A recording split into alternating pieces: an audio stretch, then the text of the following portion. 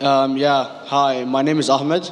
I come from the glorious country of Iraq, and I'm a born Muslim. My problem is that I practiced Islam when I was. Brother, first we request questions from the non-Muslims. Once all the questions from non-Muslims are over, inshallah we'll give you a chance. Yeah, but I'm telling you my problem only. Okay. But you said you're Ahmed and you're a born Muslim. I am born Muslim. But now are you a Muslim or not? I'm agnostic. Oh, so now you have left the religion of Islam. Yeah, I'm confused. Okay, fine. If you have left the religion of Islam, you can ask the question, brother. Okay.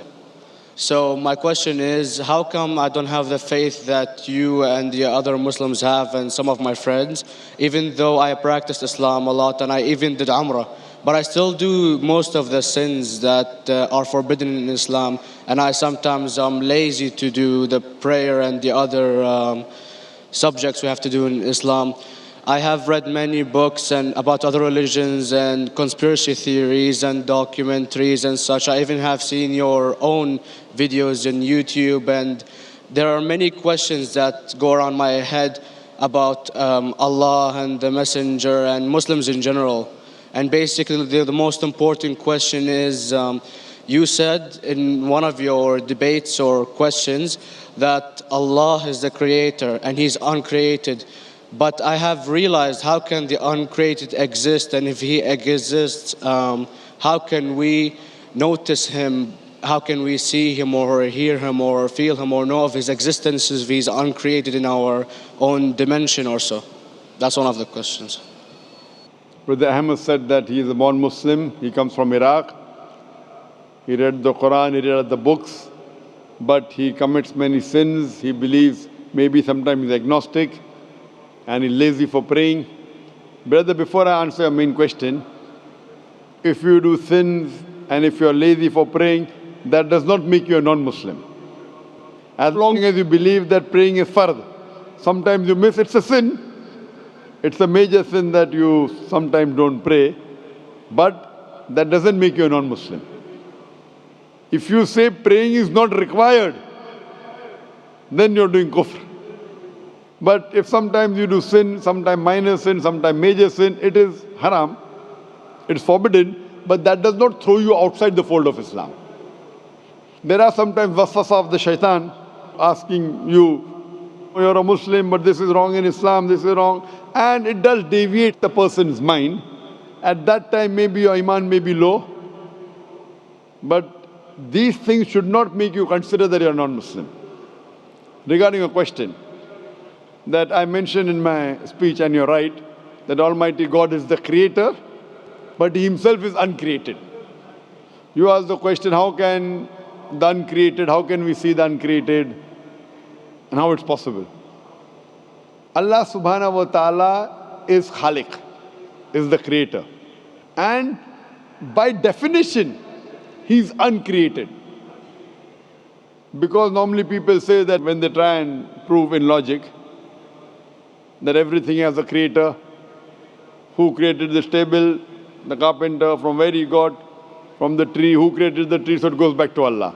So when many of the people try to convince an atheist, they try and say that everything has a creator, and then they get trapped when the atheist asked him, who created Allah? So if you hear my tapes, I never go that way. I ask the atheist that how did you come to know about the universe? How did you come to know about the functioning of the stars, of the sun? And he says, and goes back, that the creator. So it's the vice versa. So if you know how to deal with logic, you don't trip over this problem with the atheist trap, the Muslims or the believers, by saying who created Allah. By definition, Allah is uncreated. And if you ask the question, who created Allah? If you have heard my tapes, I give the reply, that suppose a person comes and says that my brother John. Yeah, I know, I saw that, I heard that's funny, but I mean, how does he exist if he's uncreated? Not that is Allah. Automated. Yeah. That's the difference between you and Allah. How does he exist? Means he was existing. He doesn't have a beginning. You and I have a beginning, that's human being. So that's the difference between us and Allah. You can't say that Allah has to be like us. If Allah is like you and me, why should we worship Him? I see, but have you heard of the phenomenon, the Big Brother? used by various orders and political agendas to control the people and such by implementing it into multiple gods, and then later on it became a monotheistic religions all over the world to make it easier for Big the Brother, people to... sorry, I've never heard of the religion Big Brother. It's not a religion. It's like a theory, an idea, basically. For What does it example, say? yes. What does this idea say? What does it say? Is that when you have a big brother, it's easier for you to live life. When you have someone watching you the whole time, understanding you the whole time, protecting you the whole time, being with you the whole time, and you can talk to him, although he never talks to you back, maybe in your dreams, do it to your mind and such, it's easier for you to live. While a human who does not have a big brother and is not easily controlled into doing so and is having complete freedom is a danger for the major ruling powers and such. What does this say? I don't understand. Big Brother may be there, Big Brother may not be there. So what does it have to do with Islam and God? What does it have to do? Because basically Allah is watching you the whole time. So you want to knows... say that Allah is like a big brother? Indeed, you use him for your protection so you won't be scared. You know what I mean? See, this is the hypothesis. Hypothesis. If you have heard, how do I convince an atheist? If you have heard my answer, that you said that you're agnostic, you're atheist. Yeah. So first thing I do to an atheist is I congratulate him. What? I congratulate him. Have you heard my answer of atheist? Yeah, you congratulate them and stuff. But I haven't seen your debates with the atheist. I just saw your answers on some questions. Fine, so you haven't seen the answer of atheist? No, but I've seen your debate with David William Campbell. And that David William Campbell is not an atheist. Yeah, yeah. Now, when an atheist tells me he does not believe in God like your theory of Big Brother, Yeah. and if you believe in that theory, I will ask you, first thing I do to the atheist, I congratulate him. You know why? Yeah, because they think and they don't follow what their parent does and such stuff like that. No. I congratulate him because he is not doing blind belief. The other people are doing blind belief. He is a Christian because father is a Christian. He is a Hindu because father is a Hindu. Most of the Muslims are Muslim because father is a Muslim. He is thinking. He says there is no God. He has said the first part of the Islamic Shahada, La ilaha. The reason I congratulate him is because he has said the first part of the Islamic Shahada, Islamic Creed, La ilaha. The only thing I have to do is illallah, which I shall do inshallah. So if you have heard my answer, an atheist becomes an atheist because he believes in science, he believes in logic.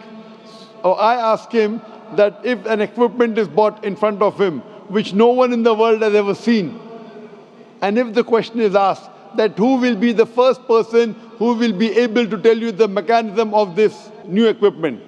What is the answer? Of course, he's going to tell you the producer or the maker of this equipment. Creator, producer, maker. So when we ask him questions that how did this universe come to existence, he will talk about the Big Bang.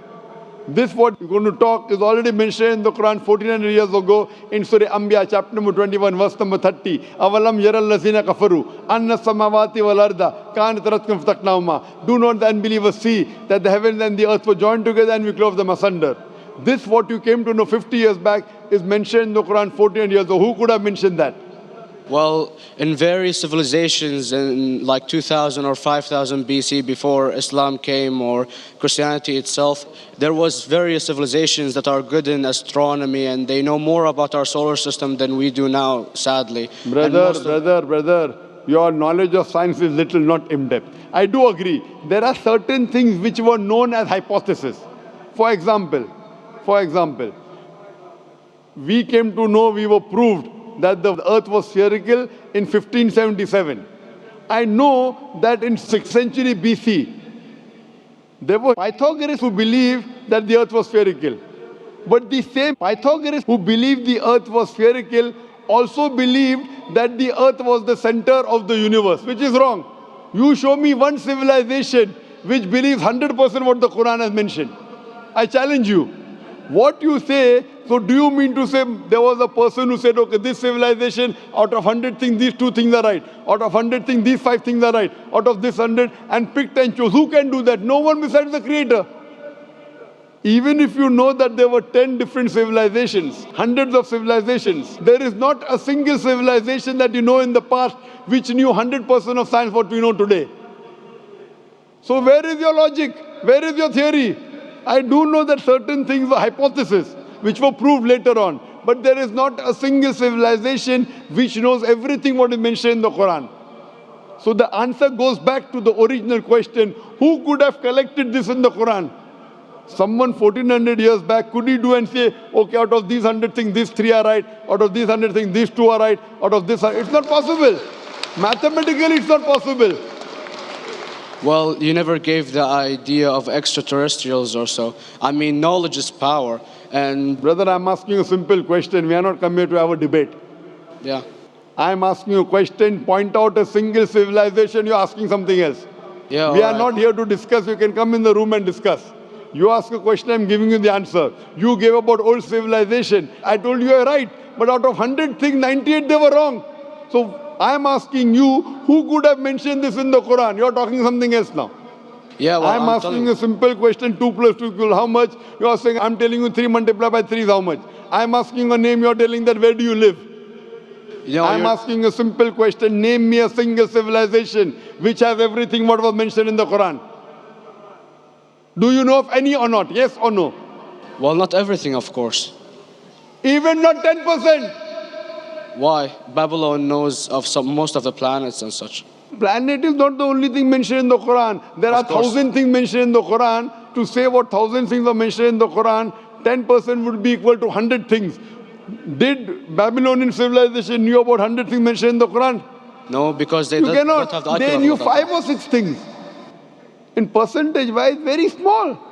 So Of course. who can be the author of the Quran besides the creator to know what is right, what is wrong?